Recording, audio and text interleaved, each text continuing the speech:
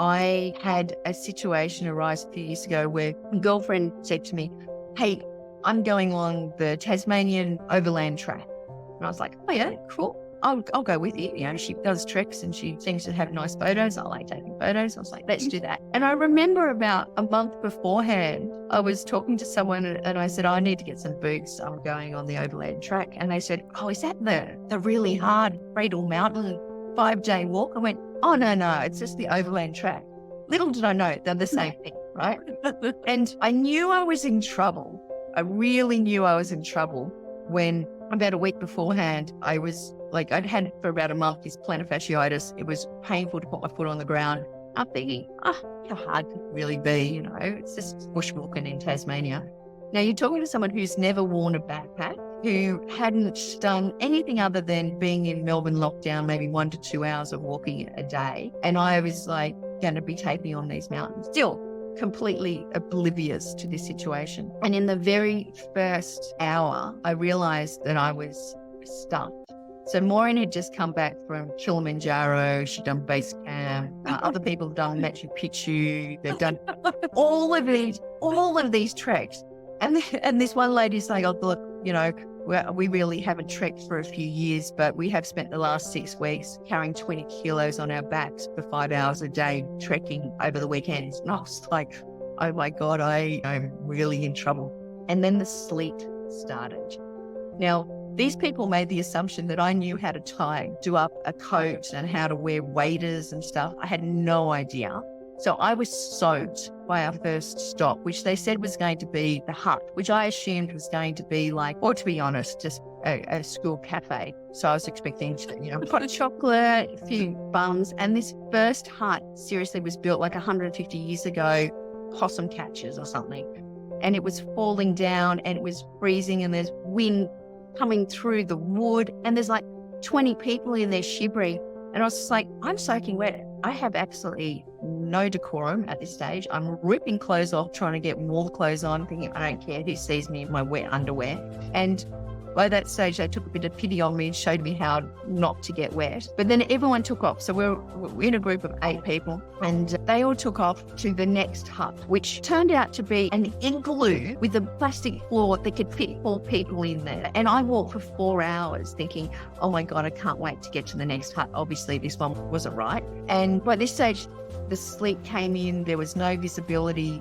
God knows how far ahead most people were from me, but one of the guides stayed back with me. And I was just like, this is it. I cannot go on. This is the worst thing ever. And I said to him, how do I get out of here? And he said, well, you can't go back down the mountain and it's only 4 days forward. That's it. That's your option.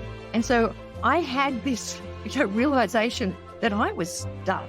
Like I couldn't get out. I checked in. I said to him, how much do you think it would cost to get a helicopter? And he said about $8,000, which I decided probably wasn't worth it. And I really had to draw deep on resilience. And so the only way I could do that was I could focus on what I wanted to do. And the focus was I wanted to get to the end so I could get out of this hellhole. But I had to take it one step at a time, literally. But I had to get just to the camp, to that night. And to get to that camp was just one step. And it was just the next obvious step.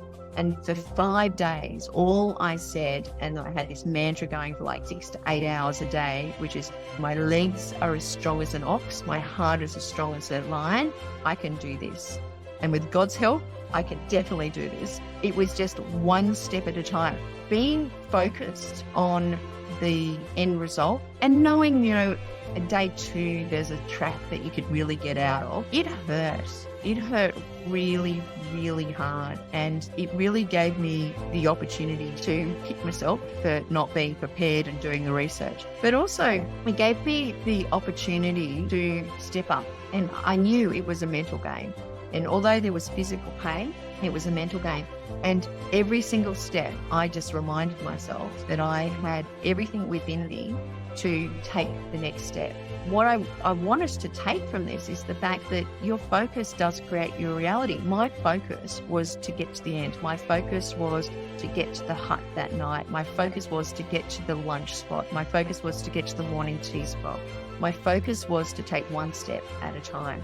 So there's an awareness piece where we recognize we're in these situations that are incredible stress on us. But then there's a second piece, which then says, I've never done this before. What is it that I want to create? I want to get to the end. How am I going to do it? I don't really know, because I'm very aware of the fact that physically I am not up to this. But what's the next obvious step? And for me, it was just an obvious step. But in those situations, what we do is we're so focused here in the present. We're not in the future. We're not in the past. All we can do is focus on taking a breath, pulling in whatever you need to make it happen.